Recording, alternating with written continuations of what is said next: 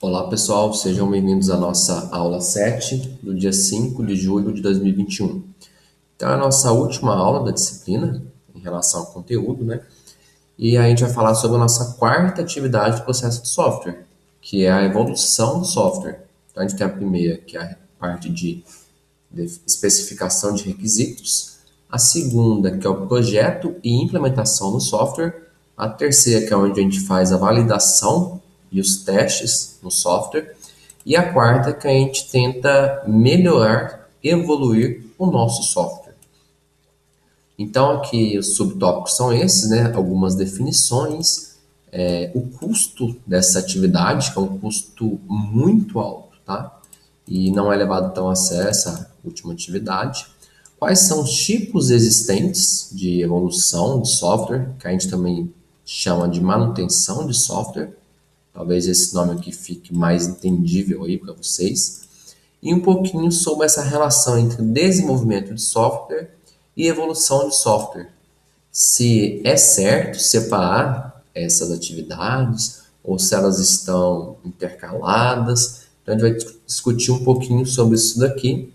E por fim nós temos os exercícios de fixação. Pessoal, a primeira definição aí de evolução de software é o software deve evoluir para atender às necessidades de mudança dos clientes. Vocês acham que essa definição está completa? Então vamos pensar aqui, ó.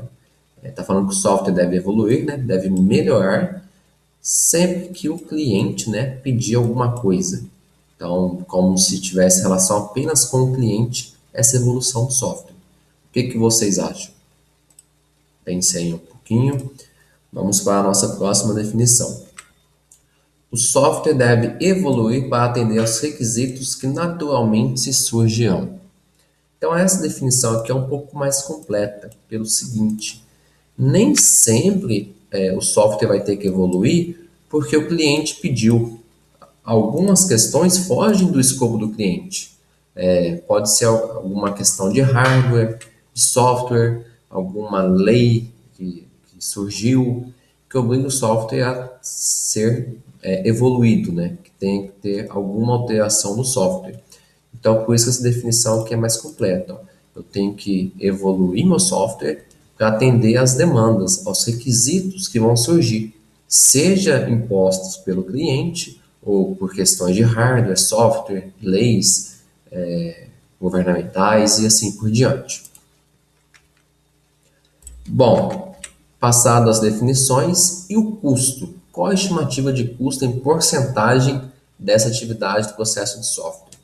Então a gente tem 4 atividades, né? A gente pode pensar, deve ser 25%. O que vocês acham aí?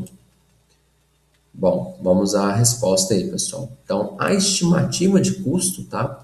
Tem alguns lugares que falam que é mais do que isso. Mas a estimativa, segundo o autor, Somerville, da referência lá no final do slide, é de 2/3 dos custos. Ou seja, 66,6% dos custos é gasto em processo, em evolução de software. Tá bom? É um custo muito alto e a gente vai ver se a gente consegue minimizar esse custo a partir da aula de hoje. Ver o que a gente pode fazer para que essa atividade aí não custe tão caro. Bom, vamos falar um pouquinho agora dos tipos de evolução e manutenção de software. Então a gente tem 3 tipos, tá, de evolução ou manutenção de software. O primeiro tipo é adaptativo, o próprio nome já revela alguma coisa ali desse tipo de evolução. Corretiva e evolutiva. Então, tem a explicação no próximo slide. Vou pedir para vocês pensarem um pouquinho aí e tentar responder o que cada tipo de evolução significa.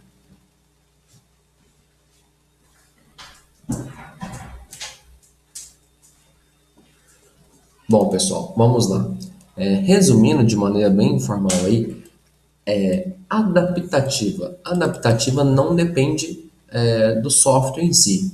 Pode ter surgido alguma questão nova em relação a hardware e software e o nosso software tem que se adaptar àquela nova realidade. Tá bom? Corretiva já é culpa do nosso software. talvez alguma função, alguma parte do código a gente implementou de forma errada. Então a gente tem que corrigir isso. Ou até mesmo a gente entendeu um requisito que o cliente final, nosso usuário final, o cliente está pagando pelo nosso serviço, ele falou de uma forma, a gente entendeu de outra forma. Então a gente vai ter que corrigir aquele requisito. Ou evolutiva. A evolutiva a gente pensa em colocar novas funções no sistema, colocar novas funcionalidades que foram pedidas pelo cliente. Então, colocar uma função a mais, melhorar o software, evoluir o software para que ele continue competitivo no mercado e principalmente para o nosso cliente, né? Que é ele que está pagando pelos nossos serviços. De maneira mais formal, adaptativas são todas as alterações que buscam adequar o software a um novo ambiente ou realidade. Então, como exemplo, né, pode acontecer alguma coisa no hardware, na plataforma do sistema operacional ou até um software de apoio sofrer alguma mudança e aí o nosso software que lida com esses aspectos aqui, ele vai ter que se adaptar. Corretivas servem para corrigir quaisquer defeitos encontrados no software. Aqui eu coloco quais tipos de defeitos. Então, temos 3 tipos de defeitos no software, tá? E cada um vai piorando assim em relação ao fator crítico, né? O erro de codificação, se você errou no código, né? Um ponto e vírgula, uma variável que é do tipo int, colocou do tipo float, coisas básicas de código, é barato para corrigir, tá? Agora que erros de projeto já são mais caros. O que são os erros de projeto? Aqueles diagramas que a gente fez. Então, a gente fazer algum projeto errado, a gente projetou errado e a gente vai ter que corrigir aquele projeto. É um pouco mais caro, mas o que é realmente o defeito que vai consumir muito tempo e muito gasto também são os erros de requisito. O que são esses erros de requisito aqui? O usuário falou para mim fazer a função soma e subtração e eu fiz só a função soma, ou eu fiz de uma maneira que eu entendi errado o que ele falou. Então, erro de requisito é quando não ficou bem esclarecido o que o usuário queria com o que a gente fez. Esses erros de requisito são os mais caros para se corrigir devido ao extenso reprojeto de sistema que pode ser necessário. E o outro tipo de evolução aí, evolutivas, são alterações que adicionam novas funcionalidades e melhorias. Então aqui, ó, isso daqui é para evoluir o software, para melhorar o software. Necessário quando os requisitos de sistema mudam em resposta às mudanças organizacionais ou de negócios. A escala de mudanças necessárias para o software é frequentemente muito maior do que para outros tipos de evolução barra manutenção. Tranquilo? Então tem esses 3 tipos aqui. E agora a gente vai ver um gráfico ali onde tem os custos para cada tipo. Então olha só, o quanto você gasta para reparar falhas, tá? Então corrigir falhas aí. O quanto você gosta para você gasta para adaptar o seu software. E o quanto você gasta para adicionar novas funcionalidades, né? Ou modificar funcionalidades. Então percebam aí ó, que o gasto maior é na parte de evolutiva, que é onde você está adicionando novas funções, beleza? Por que vocês acham que aqui gasta mais nessa parte? Tá?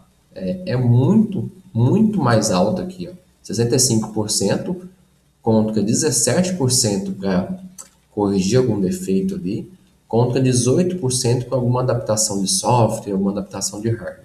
Então a pergunta para vocês é: por que custa tão alto aqui? Vamos colocar em termos práticos. Fiz a calculadora lá que o cliente me pediu, fiz a função de soma, subtração, multiplicação e divisão. Aí ele me pediu, olha, eu quero que a equipe faça mais 2 funções. Uma que calcule a equação de segundo grau e uma que calcule potência. E aí, tá, beleza. Por que que esse custo tão alto? É muito simples para mim fazer essas duas funções, tá? Então reflitam bastante aí e pensem por que desse custo aqui. E a partir de agora a gente vai ver um pouquinho dos motivos desse custo tão alto. Bom, então é essas perguntas que eu coloquei com vocês. Vamos lá. Geralmente, vale a pena investir esforços no projeto e implementação de um sistema para a redução de custos de mudanças futuras. O que eu estou fazendo aqui, pessoal? Estou falando o seguinte, ó. Se a gente gastar mais tempo conversando com o nosso cliente, tentando entender o que é o sistema que ele quer, para tentar meio que, entre aspas, aí, adivinhar o que ele possa vir a pedir de novas funções, né? Antever novas funções que ele venha a pedir. Então, se a gente investe um pouquinho mais no projeto e na implementação, a gente gasta um pouquinho mais de tempo e dinheiro aqui, mas a gente reduz o custo de mudanças futuras, tá? Então, a gente perde um pouquinho aí a curto prazo para ganhar a longo prazo, tá? Adicionar uma nova funcionalidade após a liberação do sistema é muito caro, porque é necessário tempo para aprender o sistema e analisar o impacto das alterações propostas. Novamente, para vocês pensarem, por que é necessário tempo para aprender um sistema? Por que isso? Se o sistema é 1000, pensem aí a respeito disso. E como assim analisar o impacto das alterações propostas? Pensem também nesse ponto aqui, pessoal. Bom, em relação a esse comparativo, né, investir antes para reduzir custos depois, tenho novamente um gráfico, tá? Ele é bem interessante que ele traz o seguinte, ó. No sistema 1, eu gastei um pouquinho a mais, tá? Na parte de desenvolvimento, na parte de projeto e implementação, eu gastei um pouquinho a mais, tá? Quando comparado ao sistema 2. Então, o sistema 2 aí gastou, acho que dá uns 175, mais ou menos, né? Milhões, vamos colocar assim, em desenvolvimento. E o sistema 1 gastou 200, alguma coisa assim, em desenvolvimento. Então, em um primeiro momento, a gente pode achar que o sistema 1 está gastando muito aqui, né? No desenvolvimento, no projeto e na implementação. Só que a longo prazo, vamos ver lá no final. No final, o custo de manutenção do sistema 1 foi bem menor que o custo de manutenção do sistema 2. E isso fez com que o custo total do sistema 1 ficasse aí bem menor, né, de 400 para 500, que o custo do sistema 2, o custo total do sistema 2. Tá bom? Então, esse gráfico ilustra exatamente o que eu estou querendo dizer aqui. Tá? Agora a gente vai ver essa parte aqui, ó, essa questão de tempo para aprender o sistema e analisar o impacto, tá bom? E um pouquinho disso que eu já falei, né? Por que adicionar uma função é tão caro no sistema? Pensem aí nos motivos, tá? Também, por favor. Vamos lá. São 4 motivos. Primeiro, estabilidade da equipe. Segundo, más práticas de desenvolvimento. Terceiro, qualificações de pessoal. Quarto, idade do programa e estrutura. Vão ter explicações formais mais para frente, tá? A partir desse momento aí eu espero que vocês tentem responder o que seria esse primeiro motivo, o que seria esse segundo, o que seria esse terceiro e o que seria esse quarto. Bom, pensaram aí, eu vou dar uma resposta informal sobre cada um dos motivos e depois a gente vai na formalidade aí do slide. Estabilidade da equipe. O que seria isso daqui? Bom, a equipe que desenvolveu o software, tá? Ela fez a função, as funções, o sistema como um todo. Quando chegar o momento que o cliente pedir novas funções, pode ser que a equipe já não esteja a mesma, tá? Pode ser que tenha tido um rodízio na equipe, pode ser que alguns membros da equipe tenham saído da equipe, né? Saído da empresa, e aí, com a equipe em baixa, né? fica mais caro para você fazer um sistema. Se você tem novos integrantes que não fizeram um sistema, eles vão gastar um tempo para entender o sistema. Perfeito?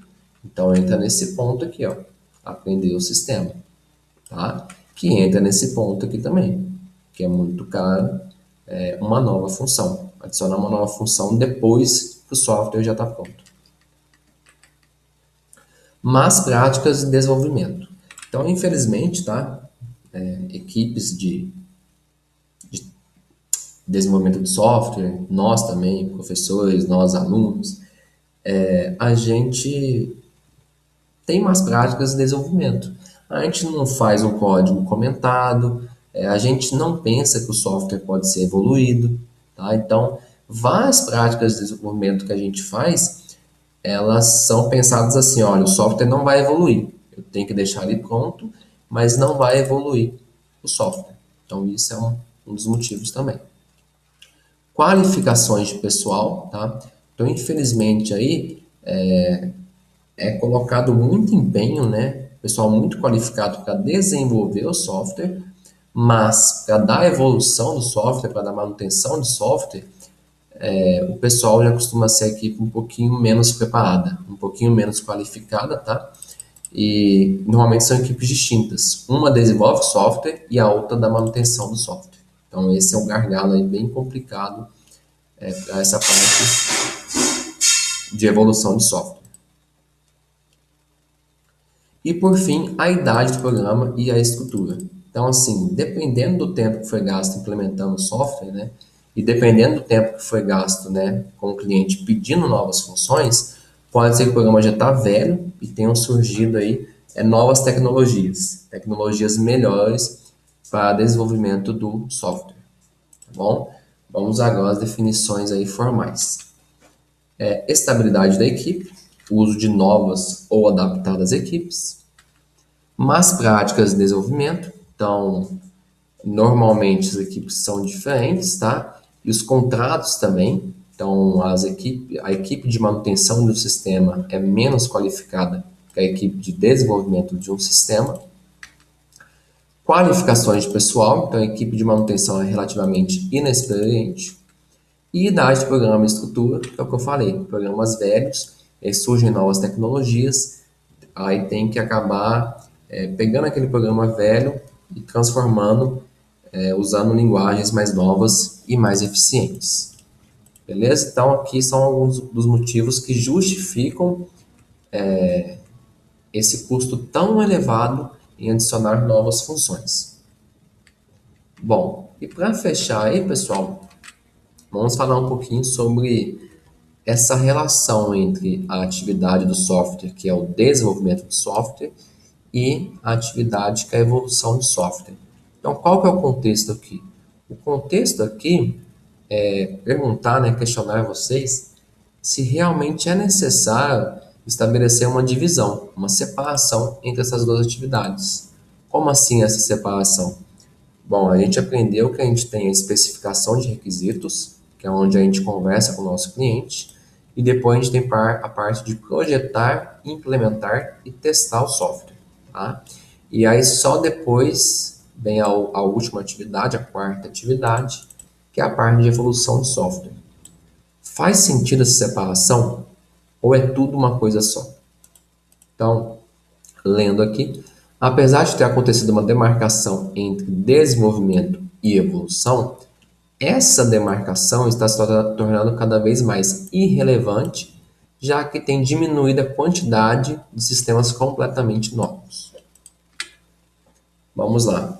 Pensando nos modelos de processo de software e também na opinião de vocês, é interessante separar desenvolvimento de software e evolução de software? Então pensa lá nos modelos que a gente tem. O cascata, que é aquele modelo bem rígido, tá? O desenvolvimento incremental, que é onde você estabelece, né, entrega várias versões preliminares do software para o cliente. Com cada versão vai melhorando o software, vai colocando novas funções. E o desenvolvimento orientado a reuso, que é quando você pega componentes prontos, né? Você pega algumas funções que já estão prontas na internet ou em outros sistemas que você já desenvolveram e adapta para esse novo sistema. Então, pensando nesses modelos aí, e também na opinião de vocês, é interessante ou não separar desenvolvimento e evolução? Pensem aí, pessoal. É uma questão totalmente pessoal aí de vocês. Bom, então, defendendo o princípio aí que não é interessante separar, né? Porque eles vivem juntos, tem uma ligação direta, o desenvolvimento de software não é interrompido quando o sistema é entregue. Então, quando a gente entrega o sistema para o nosso cliente final, a gente vai ter que o tempo todo dar uma manutenção para ele, dar uma evolução de software para ele. E essa evolução nada mais é que o quê? Que desenvolver o software no sentido de colocar novas funções, corrigir erros e assim por diante. Então, o desenvolvimento de software ele não é interrompido, ele permanece por toda a vida útil do sistema. Por toda a vida útil do sistema, eu vou ter que mexer no software, dar suporte, adicionar novas funções e assim por diante. Beleza? Bom, então pensando nessa constante evolução do software, a gente tem um outro ponto de vista da engenharia de software aí, que pensa nesse processo aí como um processo em espiral, como se fosse a espiral do caderno, tá? Onde a gente tem os requisitos, projeto, implementação e testes. Vamos à figura aqui para vocês entenderem melhor. Olha, então, nessa figura aqui, né, que é um processo, a gente pensa na engenharia de software como um processo em espiral, vejam que nunca acaba, tá? Que nem está falando aqui, ó, o desenvolvimento de software permanece por toda a vida útil do sistema. Eu vou ter essas quatro etapas aqui, como se fosse assim, faz essas quatro aqui, depois volta aqui, volta de novo, e aí esse tempo todo o desenvolvimento de software continua até por toda a vida útil do sistema, tá? Vamos lá no desenho para vocês entenderem.